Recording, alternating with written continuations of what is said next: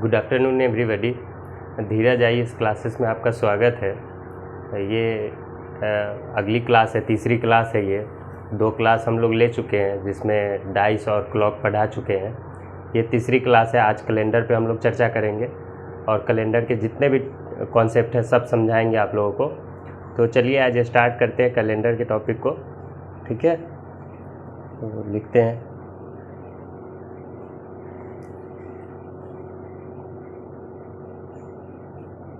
Calendar.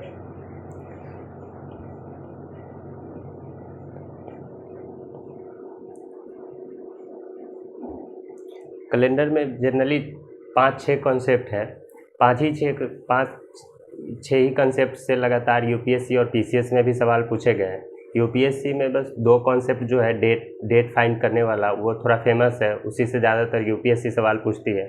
तो आज देखते हैं कहाँ तक देख पाते हैं। 5-6 कॉन्सेप्ट को हम लोग देखेंगे, ठीक है, और साथ में प्रीवियस ईयर के क्वेश्चन को भी देखते हुए चलेंगे, यूपीएससी या पीसीएस को। ठीक है, तो कैलेंडर बेसिकली 2 तरह के होते हैं। एक को बोला जाता है नॉर्मल ईयर,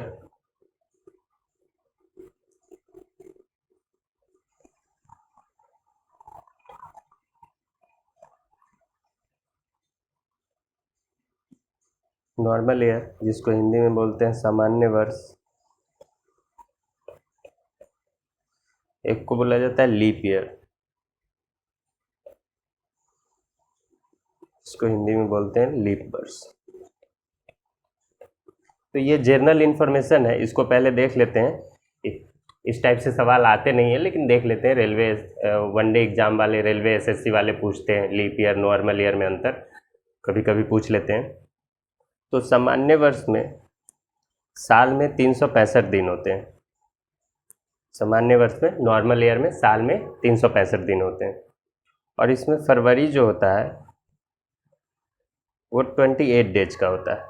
फरवरी क्या होता है? 28 डेज का होता है। तो नॉर्मल ईयर में साल में 365 दिन होते हैं और फरवरी 28 डेज का होता है। लीप ईयर में क्या होता है कि साल में 366 दिन होते हैं, ठीक है, और फरवरी 29 डेज का होता है। ठीक है, तो लीप ईयर में और नॉर्मल ईयर में बेसिकली डिफरेंस यही है। नॉर्मल ईयर में साल में 365 दिन होते हैं और फरवरी 28 डेज का होता है, ठीक है, और लीप ईयर में फरवरी 29 डेज का होता है और साल में 366 दिन होते हैं। ठीक है, तो ऐसे सवाल आते नहीं है लेकिन आपको ये इन्फॉर्मेशन पता होनी चाहिए। ठीक है, दूसरा देखते हैं। तो नॉर्मल ईयर और लीप ईयर तो हमने देख लिया। तो हम किसी भी वर्ष को कैसे फाइंड करेंगे कि वो नॉर्मल ईयर है या लीप ईयर है, कैसे हम पता करेंगे? तो उसको चेक करने का तरीका है, जैसे कोई भी वर्ष है, जैसे 2008 है, तो ये लीप ईयर है या नॉर्मल ईयर, इसको कैसे हम लोग पता करेंगे? तो कुछ नहीं करना है, इसको 4 से डिवाइड करेंगे। अगर ये वर्ष 4 से डिवाइड हो जाए पूरी तो वो लीप ईयर कहलाएगी, वो लीप ईयर कहलाएगी। ठीक है, अगर ये पूरी डिवाइड ना हो तो वो नॉर्मल ईयर कहलाएगी। जैसे 2008 है तो इसको 4 से पूरा डिवाइड करेंगे तो ये डिवाइड हो जाएगा, रिमाइंडर 0 बचेगा, तो इसलिए ये लीप ईयर है। जैसे 2009, ये लीप ईयर नहीं है, ये नॉर्मल ईयर है। ठीक है, क्योंकि 4 से पूरा डिवाइड नहीं होगी। ठीक है, तो जो वर्ष 4 से पूरी डिवाइड हो जाए वो लीप ईयर कहलाएगी और जो नहीं डिवाइड हो वो नॉर्मल ईयर, सामान्य वर्ष कहलाएगी। तो जैसे 2010 क्या है? सामान्य वर्ष है। 2010 क्या है? सामान्य वर्ष है। 2012 क्या है? लीप वर्ष है, क्योंकि 4 से पूरी डिवाइड हो जाए। तो जो वर्ष 4 से पूरी डिवाइड हो जाए वो लीप ईयर और जो नहीं डिवाइड हो वो नॉर्मल ईयर। ठीक है, तो ये 2 चीज़ हम लोगों ने सीख लिया। तीसरा ये है कि सवाल पूछा जाता है, यूपीएससी में भी पूछा गया है कि कैलेंडर रिपीट कब होते हैं। तो रिपीट वाले देखते हैं, कैलेंडर कब रिपीट होते हैं। जैसे 2009 जैसा कैलेंडर सेम कब आएगा, 2010 जैसा सेम कब आएगा। तो किसी भी वर्ष को दे देगा आपको एग्जामिनर और पूछेगा कि ये सेम कैलेंडर कब फिर आएगा अगली बार। तो जैसे देखते हैं रिपीटेशन का क्या नियम है। तो रूल नंबर 1, रिपीटेशन में रूल नंबर 1 आपको ध्यान रखना है। जैसे 2009 है, ठीक है, 2009 है, तो 2009 जैसा सेम कैलेंडर कब रिपीट करे। तो सवाल ऐसे पूछा जाता है, तो आपको कुछ नहीं करना है, लास्ट 2 डिजिट को 4 से डिवाइड करना है। लास्ट 2 डिजिट को 4 से डिवाइड करना है। अगर रिमाइंडर 1 आए, अगर शेषफल 1 आए तो आपको 6 जोड़कर उत्तर बता देना है। जैसे फॉर एग्जांपल 2009 जैसा सेम कैलेंडर कब रिपीट करेगा, तो लास्ट 2 डिजिट को 4 से डिवाइड करेंगे, 4 से डिवाइड करेंगे तो रिमाइंडर 1 आएगा। तो रिमाइंडर 1 आने का मतलब हमको 6 प्लस करके उत्तर बता देना है। जैसे 2009 में क्या करेंगे, हम 6 जोड़ देंगे, तो 2009 में 6 जोड़ेंगे तो 2015 में सेम कैलेंडर आएगा 2009 जैसा।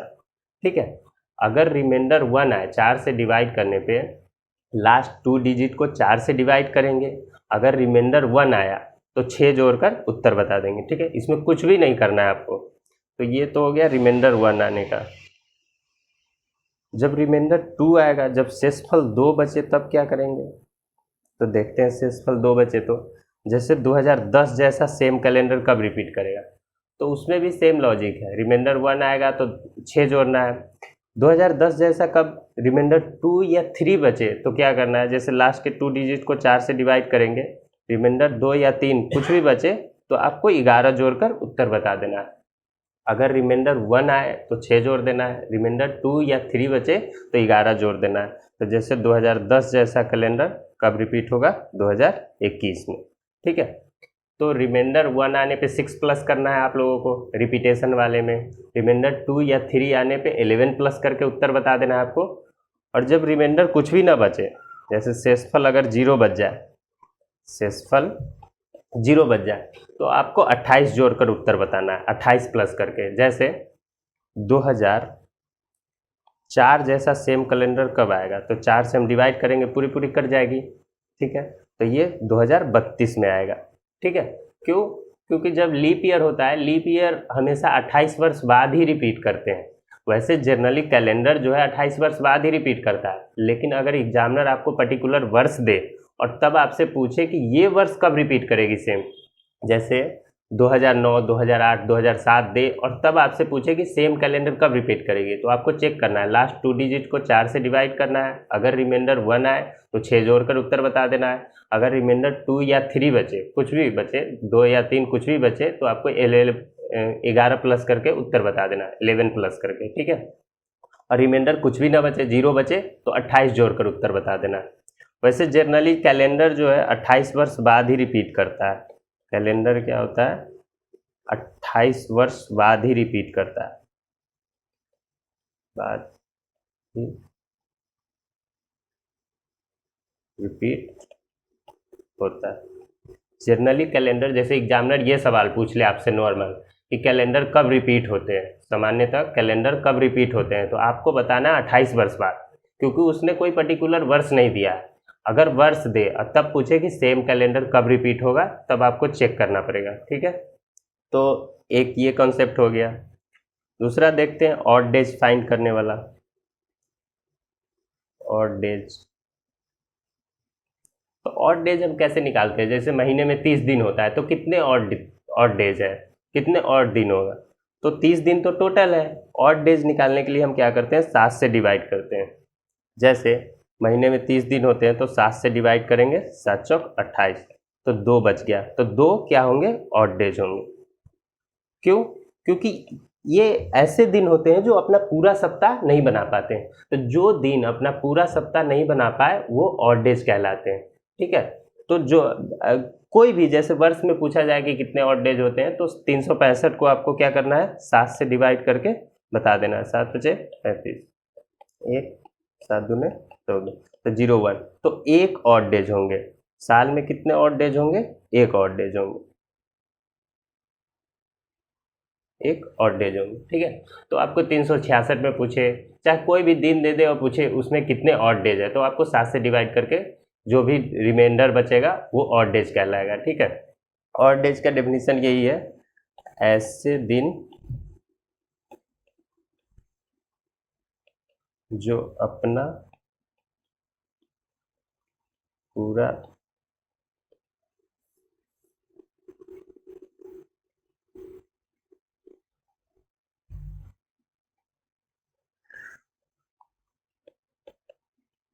सप्ताह नहीं बना पाते।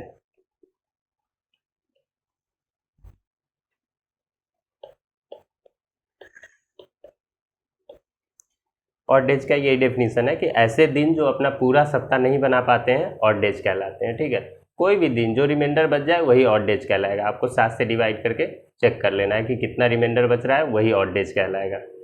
ठीक है, तो एक तो हमने ये सिखा दिया कि कैलेंडर कब रिपीट करते हैं, दूसरा ऑड डेज निकालने का कॉन्सेप्ट सिखा दिया। ऑड डेज में ये होता है कि जैसे एग्जामिनर आपको ये भी कह सकता है कि हमने एक नया कैलेंडर बनाया है जिसमें साल में 600 दिन होते हैं, साल में 600 दिन होते हैं और सप्ताह जो होता है वो 8 दिन का होता है, तो कितने ऑड डेज होंगे। तो आपको ये नहीं करना है कि 7 से डिवाइड करके उत्तर बता देना। अगर सप्ताह वो 8 दिन का बता दे, 10 दिन का बता दे, जितने दिन का बताए उससे डिवाइड करना है। ठीक है, तो हमको मतलब जनरली जब कैलेंडर पे कोई सवाल बनता है तो एग्जामिनर अगर अपने तरीके से बनाए तो उसको क्वेश्चन को ढंग से पढ़ना है। ये हम जो नॉर्मल कैलेंडर यूज होते हैं भारतवर्ष में उसकी हम लोग बात कर रहे हैं कि साल में 365 दिन होते हैं, तो उसका ऑड डेज बताने के लिए हम 7 से डिवाइड करते हैं। क्यों? क्योंकि सप्ताह में 7 दिन होते हैं। अगर वो अपने मन से कोई सवाल क्रिएट कर दे कि साल में 550 दिन होते हैं, हमने एक नया कैलेंडर बनाया है जिसमें साल में 550 दिन होते हैं और सप्ताह जो होता है वो 10 दिन का होता है, तो कितने ऑड डेज होंगे। तो आपको 550 को क्या करना होगा, 10 से डिवाइड करना होगा। ठीक है, तो 10 बचे 50। ठीक, 10 बचे 50, तो इसमें 0 ऑड डेज होंगे, कोई ऑड डेज नहीं होगा। ठीक है, क्यों? क्योंकि पूरा कट गया। तो जितने एग्जामिनर जैसा सवाल बनाएगा उस हिसाब से जवाब देना। ये कॉन्सेप्ट हमने आपको सिखाया जो जनरली कैलेंडर होते हैं भारतवर्ष में जो कैलेंडर है। ठीक है, तो ऑड डेज निकालने का भी कॉन्सेप्ट हमने आपको सिखा दिया। तो पहला तो ये बताया कि नॉर्मल ईयर और लीप ईयर में क्या अंतर होता है। ठीक है, दूसरा रिमाइंडर वाले प्रश्न सिखा दिए, तीसरा ऑड डेज का कॉन्सेप्ट सिखा दिया। तो आगे मिलते हैं नेक्स्ट क्लास में। धन्यवाद।